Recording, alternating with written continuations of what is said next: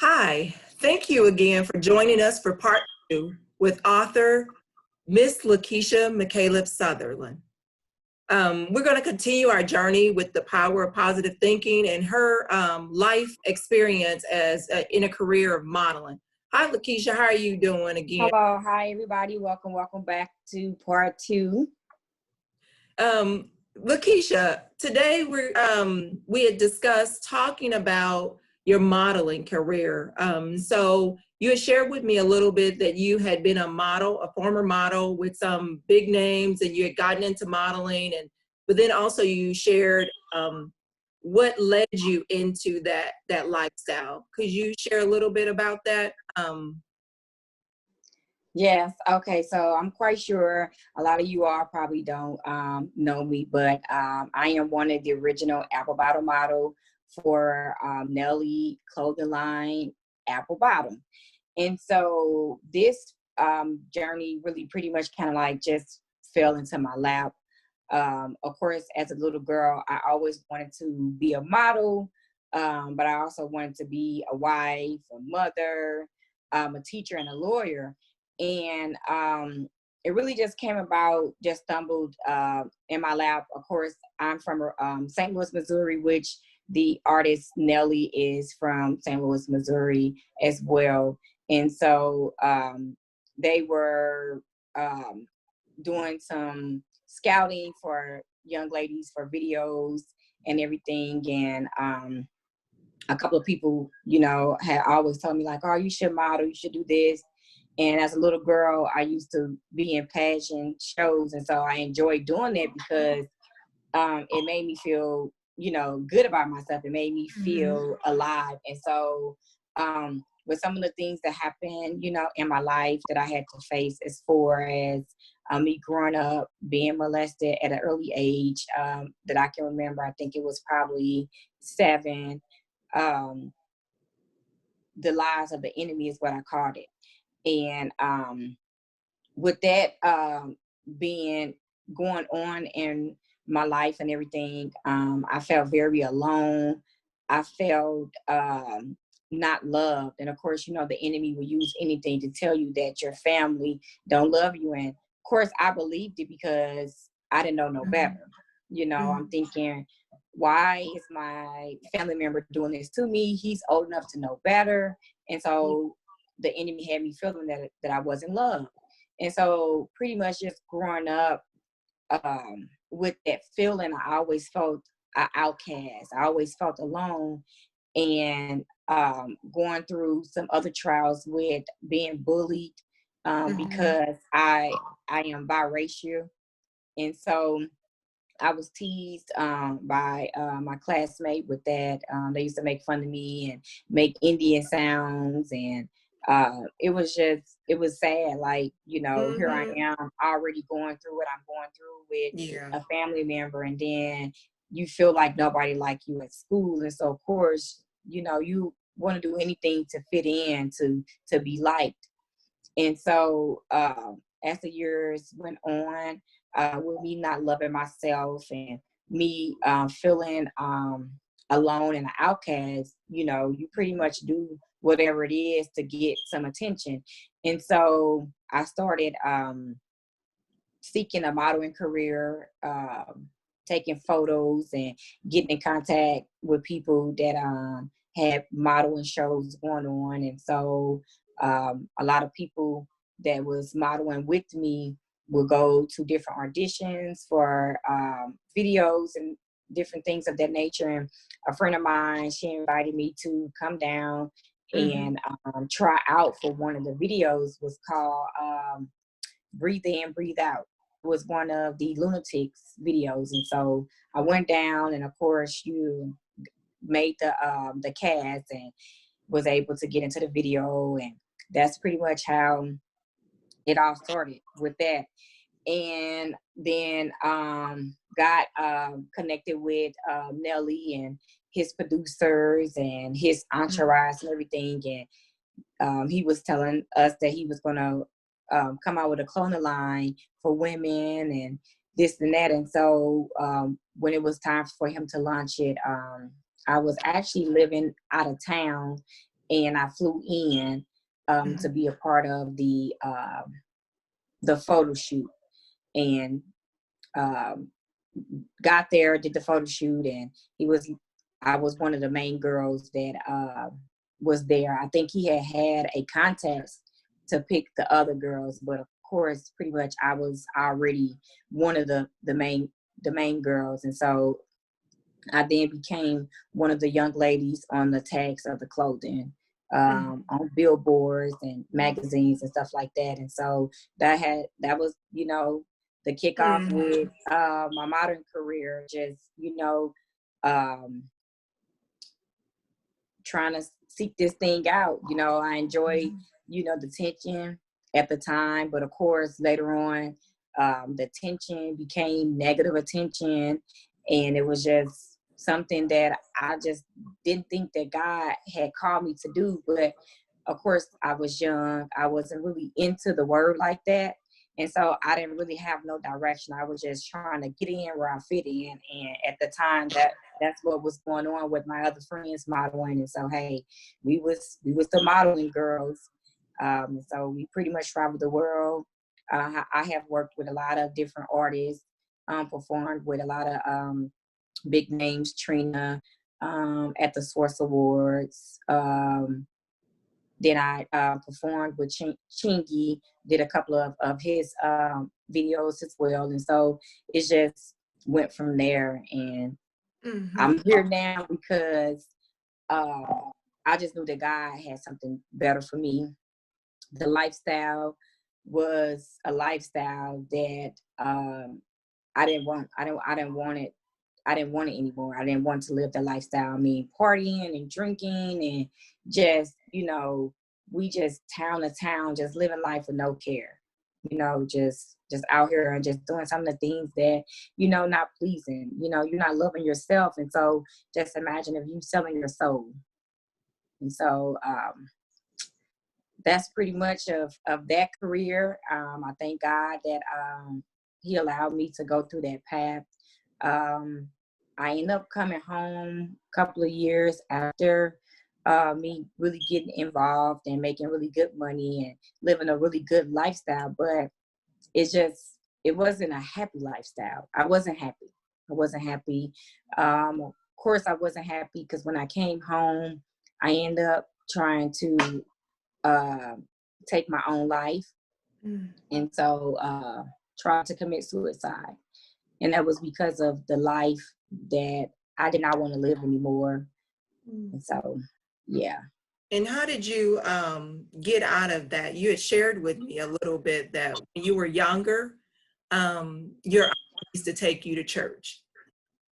And then as you got older, and that even while you were out on the road, that you all would pray before concerts and different events and stuff. So God had never left you. So when you attempted the suicide, what was the change? What happened?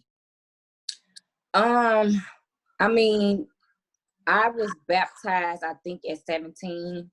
And I was baptized because, pretty much that was the right thing to do. My granny and my auntie would take me to church as a little girl.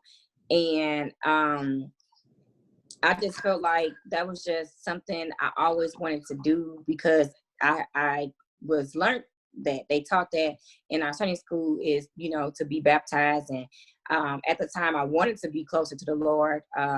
Jesus was always my friend. He was actually my make-believe friend when I was a little kid. When nobody else would play with me. I love playing Barbie dolls, and I'm the oldest child of my mother children of 3. And so my little sister, she was really, really too young to kind of be into the girly girl stuff that I was into. And so I will play by myself, and I will have a make-believe friend, and his name was Jesus. And so me and Jesus, that was my road dog. We would do everything together. Everything throughout my life. Like, he was always a part of me. And with everything going on in my life as far as molestation and the lifestyle, just hurt after hurt after hurt, I ended up getting baptized because of course, you know, my auntie know, hey, that's the right thing to do. But after I got baptized, I immediately went into the world with the modeling career. Mm-hmm. And so with everything I had gone through and I had seen with that lifestyle, I wanted out. I didn't want to be a part of it. I was like, Lord, you have got to have something else better for me. Like, I wasn't happy. I thought I was happy, and I thought it was going to make me happy because I was the new it girl, and I was the hot girl, and I was doing the videos and, you know, making good money and traveling city to city, state to state, and just seeing the world. But in the inside, I was not happy. I was not happy. I mean, I would drink literally probably at 10 o'clock in the morning, like as soon as I wake up. If it was 10 o'clock, then 10 o'clock, I will be having a glass of wine while I'm eating breakfast. If it was noon, I'll be having a glass of wine while I'm eating brunch or lunch or something. And so I pretty much self-medicated myself with the alcohol to just make me feel better and kind of like push me through the day. And so when I had finally came back home, I decided that I didn't want to drink. I didn't want to do anything, but I was really, really depressed. I was really, really sad. I didn't even like the life that I had just lived. I didn't like some of the things and the decisions that I had made, and I wasn't happy with myself. And so that's what pushed me over the edge. Pushed me over the edge to say, "Hey, I don't want to live anymore." But I had a better plan. And during that process of me recovering and everything, God had came to me. And I remember clear as day just laying in my mother's bed. And I was praying because, you know, that was what I was taught to talk to the Lord, to talk to the Most High. And I just heard him clearly, and he had told me he said, come to me, come back home, come to me. And I'm like, come to you. So I'm thinking like, I'm about to die. He said, come to him. And he was like, come to me, come home. And I'm like, I am home, you know, me thinking like, come home, like come back to St. Louis. And I'm like, I am home. I'm not going back. And that was the first step of me accepting my calling. During that process and the healing time, a couple of my friends were saved, and they were really into the church, and they would always invite me throughout the years, our high school years, and invite us to church, and we would go and visit. But we would go and visit just, you know, because, you know, they invited us. And so we was like, okay, we're going to go to church. And like I said, I had already had been going to church throughout my life with my family. And so I was like, okay, I'm going to go to church. But then after church or the next day, we'll go back to the club or something like that. So, okay. But this time was just different. It was really different. And so I started going to Bible class with them, and I enjoyed it. I actually rededicated my life back to the Lord. I really rededicated my life, like not rededicated, but I dedicated my life to the Lord. At Bible class, I got on my knees and cried out to the Lord and asked him to forgive me. And I thanked him for keeping me, not just from keeping me from the lifestyle, but also just keeping me from a little girl, from the time that the enemy told me that no one loved me. And I just thank him for keeping me even through the process of me trying to take my life. And just continue on going to church. And my friends, we end up going to a different church. And that's where I accepted my calling through Pastor Lawana Morris. I was up under the AME, African Methodist Episcopal Church, and I accepted my calling. So that was a new chapter of my life, and I was very, very blessed to have been alive. I thank him for just keeping me to be alive today and be able to tell and share my story with someone else, and hopefully that someone else can see how God has kept me. And if he did it for me, he'll do it for you, but you have to seek him. You have to really seek him wholeheartedly. Seek him and build a relationship with him. That's all. Ask him to forgive you, forgive yourself, because I also had, different struggles for forgiving myself. For a long time, I didn't forgive myself, but I thank God for allowing me to be able to forgive myself so that I can move forward with my life. That's good. Is there anything you would like to share with women if they're going through right now any suicidal or depressive thoughts, or even a teenage girl that is her aspiration? I know one young lady, she told me one of her greatest aspirations was to be a video model and wanted that life. But what would you say to a woman that's pursuing that lifestyle, but also a woman that's dealing with suicidal thoughts or depression? Pray before you do anything. I'm not against modeling because some people do it for a job, to feed their children. And so I'm not against, modeling, but pray. Make sure that you take the Lord with you everywhere you go, because he is the key. He is the way. There is no way in life but his way. And so that anyone that is going through any type of suicidal thoughts or any type of depression, pray, get on your knees and pray, build your relationship with God. I talk to the Lord just like I'm talking to you. I'll be like, okay, Lord, hey, what's up? It's me. I know I'm probably getting on your nerves, but I need you. Can you help me? I talk to him, I crack jokes. I know that he had a sense of humor if he made me. So I talk to him just like I'm talking to you, and just make sure that you have someone that you can talk to. Even if you got to call the hotline, the suicidal hotline, just call someone to be able to help you through this tough time, because it is hard when you feeling like you're alone and you are embarrassed, because I was embarrassed to ask for help. I was embarrassed. I was ashamed of myself. I didn't want to tell nobody what I was going through. I didn't want to tell nobody what I was thinking, because I didn't want nobody to judge me. Mm-hmm. I didn't want to even think about it or hear about it. So me talking to you, I have to tell you what I'm going through. It would make me even more sadder. And so I was afraid of talking to someone. But please reach out to anyone. If you can't talk to someone that's close to you, your parents, a big sister, or auntie, or cousin, reach out to someone. Reach out to the pastor or the women that's at your church. Reach out to someone. If you don't go to church, reach out to your teacher. Reach out to a professor. Just seek help from someone, because you cannot do it alone. But with Christ, you can do all things. And so please seek help.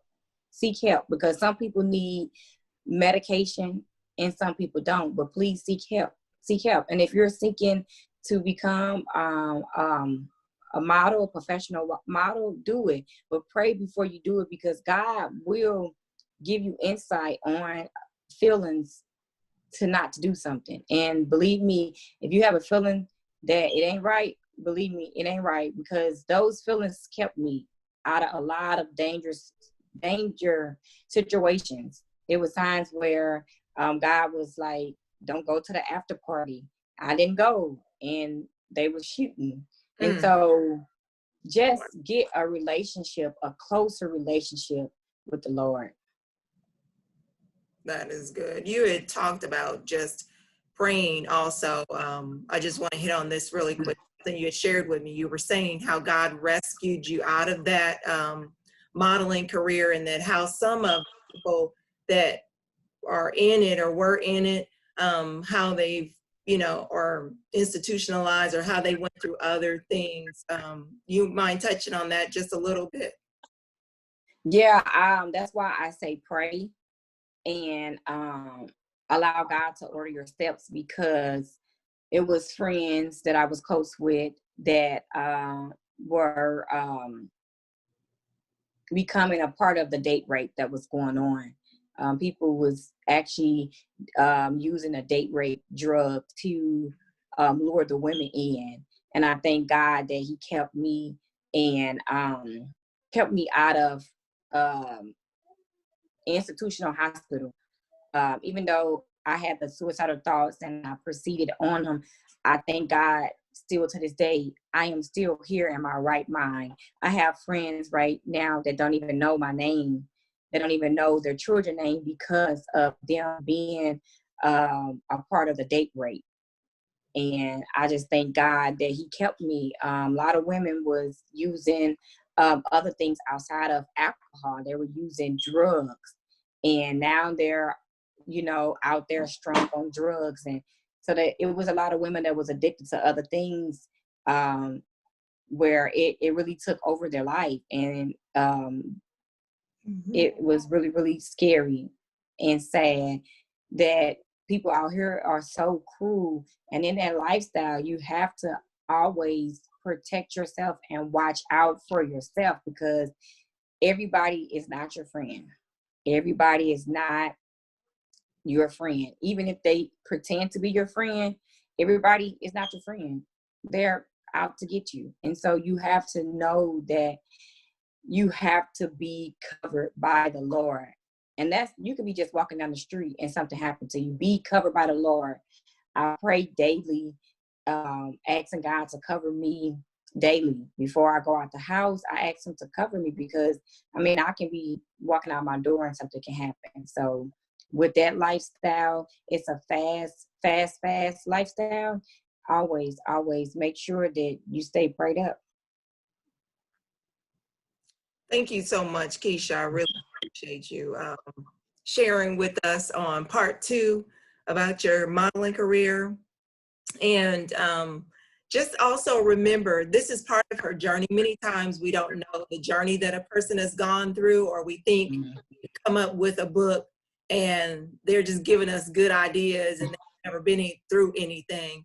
But this is a woman who has overcome and have made decisions throughout her life to turn and to have a better life. Keisha, could you share again how a person could get your book? So right now you all can pre-order the book at my website, LaKaisha, LaKaishams.com. And do you have any other products that are available in conjunction with the book, or can you share that information with them as well? Like that? Yes, I will be having a free manifestation journal that will be uploaded on the website pretty much probably in the next couple of days for you all to grab. I also have shirts to be in a part of the movement. This is a movement, you all. This is not just a book. This is a movement to be able to help women be set free from bondage of negative thinking, low self-esteem, depression, unforgiveness, suicidal thoughts. This is a movement. It is real. Life is real, you all. Life happens. And so this is not just a book, but this is a journal. And I thank you all for allowing me to be a part of your life and to be able to help you master you with these strategies to manifest your fulfilling dream life. Again, make sure you go and get the power of positive thinking. I've already gotten set my money in for my prepaid copy, and I've gotten a chance to begin reading the manuscript, and it is great. It's wonderful, and I'm going to be applying it within the next 30 days. So as we go on this journey, join us again for session 3 of Power of a Positive Thinking, and session number 3. Thank you. Thank you all for having me. Make sure you all come back and join us for part 3.